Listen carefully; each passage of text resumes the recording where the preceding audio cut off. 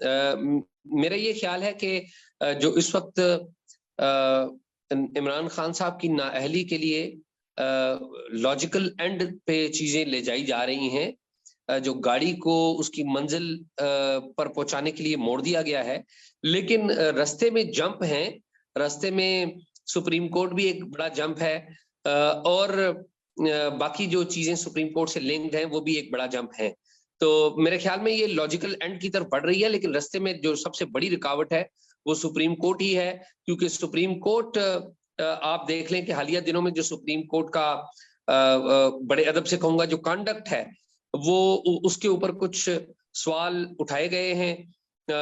और उसकी वजह शायद ये है कि जो न्यूट्रल्स हैं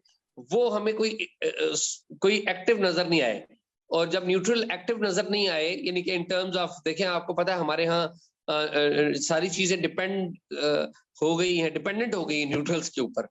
तो जब न्यूट्रल्स निकल जाते हैं तो फिर बाज लोग खुद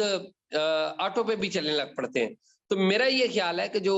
सुप्रीम कोर्ट ऑफ पाकिस्तान है, हमारी मोअज़्ज़ज़ अदालत जो है, वो ऑटो पे चल रही है। ऑटो पे चलते रहे रूटीन के मुताबिक तो बहुत अच्छी बात है, लेकिन कोई साइड लेके चले तो फिर उसके ऊपर एतराजात आते हैं।